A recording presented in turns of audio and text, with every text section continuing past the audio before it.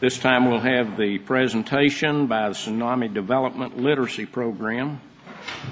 Greetings. It's first county commissioner meeting. I think I could actually make some money in this room. So all I had to do was bring out the boxing gloves.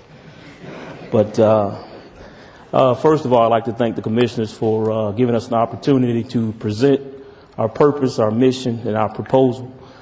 There's an epidemic that's running rampant here in Salisbury, Rowan County, and we actually want to try to bridge the gap. We have a literacy problem here. Whether you want to believe it or not, we do. So some of the things that you see that are taking place in the streets come from folk that can't read. And it starts in the elementary levels. I've had the great fortune to teach high school English for about 7 years, so I've actually been immersed in public education. And, I definitely think that we provide a viable solution to the problems that we see taking place here. Kenny Harden and myself had the opportunity to scale the mall, the West End Plaza, several months ago. And if you're a visionary, you see a lot of progressive success that could actually take place in the mall. It actually is a incubator that is waiting to happen. But you have to be a visionary to see that. If you have a closed mind, you're never going to get what's going on. My fault, I didn't even state my name. My name's Chris Sifford. For those that don't know me, I know a lot do. But I've had the opportunity to create several organizations, two in particular, one being the North Rand Connection, which is sustainable, successful. They've been in play for about 7 years. And I started the Chamber, not the Chamber of Commerce, but the Chamber. It's a group that we have that are making big moves here in Rowan County. And Craig is privy to know some of the things that I've done as an advocate for children here in Rowan County. Matter of fact, he's also helped me do some things when I reached out to others and I couldn't get the financial backing. So, Craig, I really appreciate that opportunity. So today we want to present what we want to do out at the West End Plaza. So I will let Brother Anthony Smith come up and give his rendition. Good afternoon, Commissioners. My name is Anthony Smith. I'm 1102 Arbor Drive in Salisbury. As a citizen, father, brother, uncle, friend, community organizer, and pastor, I have grown to love this place very deeply. The community, the churches, the culture, the sights, and the sounds. And as I've grown to love this community, I've also seen some of its challenges.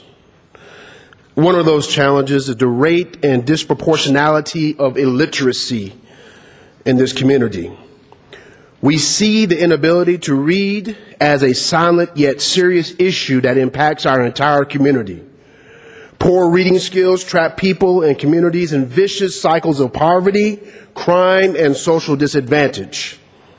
It also impacts the level of inequality in the community. 60% of adults in the U.S. prison system are considered functionally illiterate and cannot read above a 5th grade level.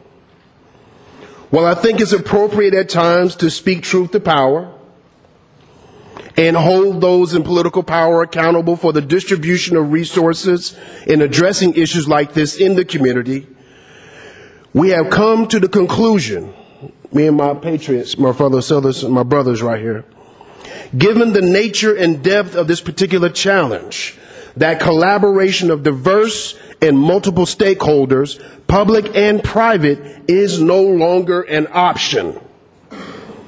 Collaboration is now a necessity, not a choice. We have come to a place where we have picked up on the need for a system-wide renaissance or rebirth within the community. We are working to see a renaissance to take place here, a rebirth of collaboration between community groups like us and here today, the county government. We strongly believe that a symphony of stakeholders from our traditional political and business institutions to embedded community groups like ours hold the key to the renaissance and transformation I believe we all long to see. We are taking an all-hands-on-deck approach with this literacy challenge. So our proposal today is a step of good faith on our part as local citizens, extending the hand of collaboration to our county government to assist us in this renaissance and transformation of our community. We see the West End Plaza as a powerful space of collaboration for taking up the literacy challenge to bring about a better situation in our community. We hope, no, we pray, that we can all, and I say all, give voice to the voiceless together. Kenny Harden. My name is Kenneth Harden, and I live at 107 Willow Road, and I'm almost hesitant to give my address. I had the pleasure of babysitting two private investigators last week sitting outside my house. My grandfather always said a hit dog will holler, so I guess I hit a couple dogs in the process. But before I jump into it, I just want to thank Chairman Jim Sives, Vice Chairman Craig Pierce, and all the other distinguished members on the panel here today. But I want to just say one quick thing. I know public comments are closed, but I listened to everybody speak. I lived on the West End for about 40 years. I've lived in the western part of this county for about 10 years, and I understand the business concern for downtown. I understand, the finances and everything, but I don't want people to lose sight that there are people involved. I get a little frustrated, and I'm really unhappy with the way the city has responded to the West End and to the people of the West End. I live in the western part of the county. I don't want to drive 20 miles round trip to do anything that I need to do. So I applaud the commission for the steps that they're taking with the West End Plaza, and I fully support that. So I just wanted to just throw that in there. But what I want to do right now is just give you a little insight into the literacy program that we are proposing. And I want to start out with this quote that I saw, and also just want to welcome you also on behalf of the 203 members of the chamber that we actually represent as well. We've got a great group of professionals who are committed to literacy, but also committed to advocacy. The secret of freedom lies in educating people, whereas the secret of tyranny is keeping them ignorant. That's kind of the basis of what we are focusing this on. The name Tsunami Development was purposely selected to offer a visual indication of our intention of being a powerful natural force, partnering with those individuals and entities within the community to effect positive change, growth, education, and personal development. As a not-for-profit group, our mission will be to serve as an advocacy presence that embraces the overall educational, social, and cultural well-being of our community. This will be accomplished through leveraging the strengths and resources within the community to establish a sustained culture of growth and progress. This in turn results in every undervalued and underrepresented person feeling empowered to engage in actions that increase personal ownership and pride. These attributes will dramatically improve the well-being of their community and the direction of their individual lives. Our long-term commitment to changing, improving, and sustaining the culture of the community will be accomplished through aligning our mission, vision, and two-point strategic plan with the expectations of those who will be impacted and involved in the success of this literacy program. Our vision is to give every person a voice, a choice, and an opportunity to grow and enhance their inherent abilities. As we work with those in the community, we will use as a strong foundation and a daily guide the value statement words of compassion, innovation, forward thinking, and forward action. The two strategic points that we will work under will be advocacy will be the first one. We plan to implement a literacy program that targets 3rd through 5th graders. We see these grades as the critical ages that we really need to set that foundation upon. Literacy is a central factor in the collective well-being of a community. We understand that. Statistics show that 1 in 4 children in America grow up without learning how to read.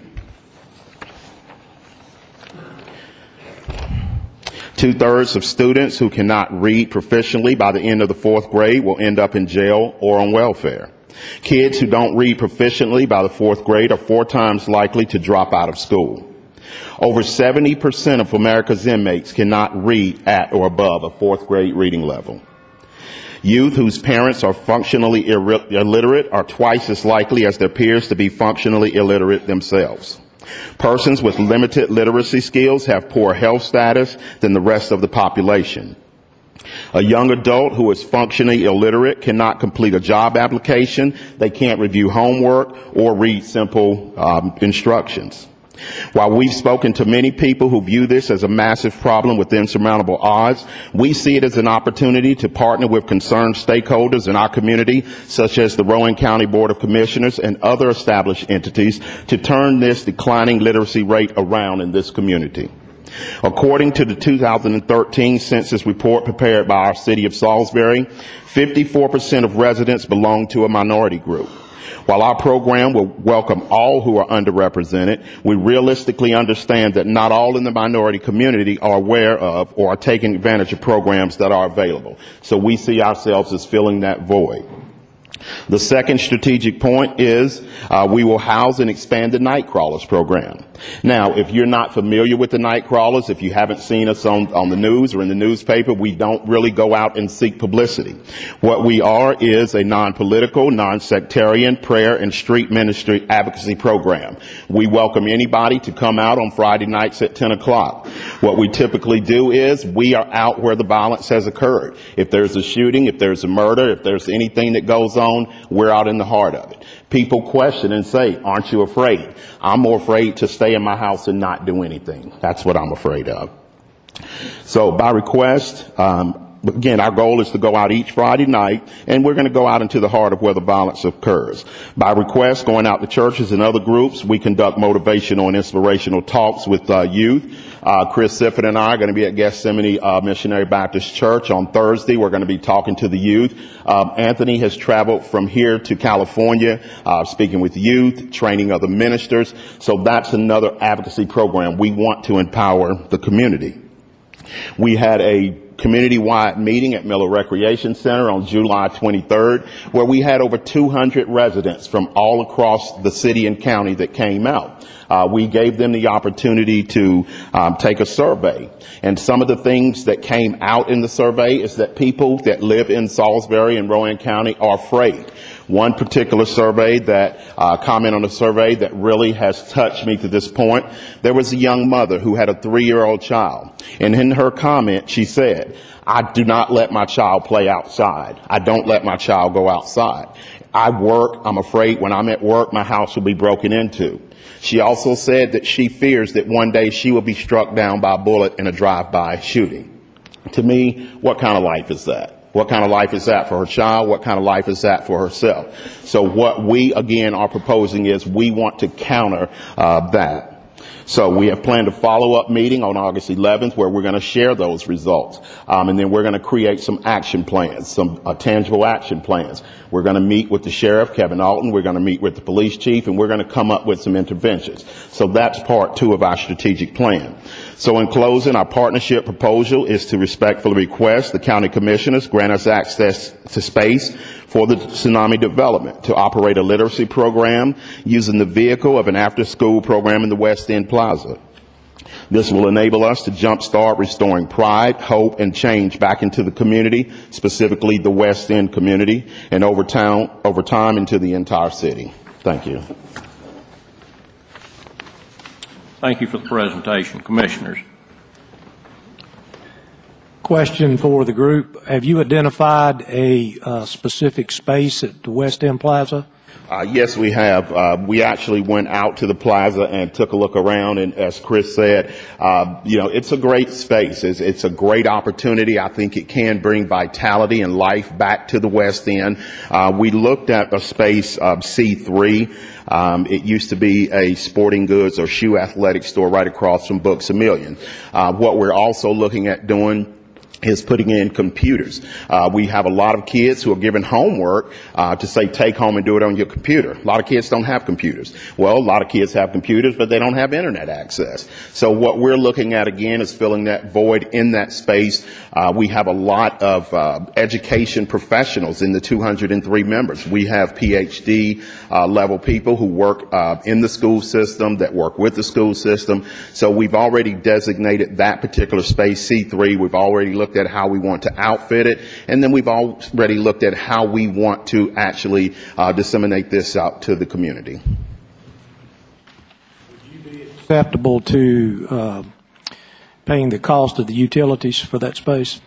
We certainly would, yes. So what you're asking the county is just to make some space available for you? Yes, certainly respectfully request that. And again, we would be happy to cover the utilities. I think with the adequate space that we looked at, and then covering, that part of it would free us up to really give back to the community and put everything, as I said earlier, taking care of the people. And how soon would you like to be there? ASAP is not I think a technical, but again, as soon as possible. I mean, we've got this already in the plans, and we're ready to hit the ground rolling. I make a motion that we accept the proposal from Tsunami Development and offer them adequate space for their literacy program. Second. I think that you've made a very good presentation based on the literacy. Part of your presentation, probably half of it, did not deal with that. It was other issues that the county faces. As far as the literacy issue, I think that's something that certainly is worthy of our making space available. I do have some concerns, some questions that weren't answered. This is the first time that I've heard about this endeavor. I just got the information in the packet. It's less than a full page. I certainly would like to have a little more information about what kind of business plan you have. Are you going to, if we've got a lot of space out there, and we committed when we purchased the mall that we were going to use a minimum of 20% of that space for ventures not related to the county, for nonprofits and so forth, things that would benefit the county as a whole. And I certainly think we need to do that, but I think we need to hear from you with a business plan. What kind of a budget do you propose? Can you pay for the upfitting cost? We don't want, I don't want to see the county get into something that you want $300,000 worth of upfits to a space that, we haven't had that identified ahead of time. Right. So I'm 100% in favor of what you want to do. I'm 100% in favor of making space available for you. I'm not prepared tonight to vote just to make that space available without having nailed down some other issues and questions that I have. I certainly want to be a part of this and don't want to, to vote against it. But without having some more information, I just can't vote for the motion tonight. And that's understandable. We do have that information. I didn't want to bore, with a lot of details. We will certainly provide that information. And in the interim, we've got to keep moving forward because crime's not going to stop and literacy's not going to stop. So I understand that, and we'll provide that information. I don't want to see us delay the effort. But if you could make that information available at the next the very next meeting, which is only 2 weeks away, I certainly would be prepared to vote in favor. Now, if the board votes tonight, that I don't have a problem with that. I just can't vote for it with the questions that I have that are unanswered. Okay.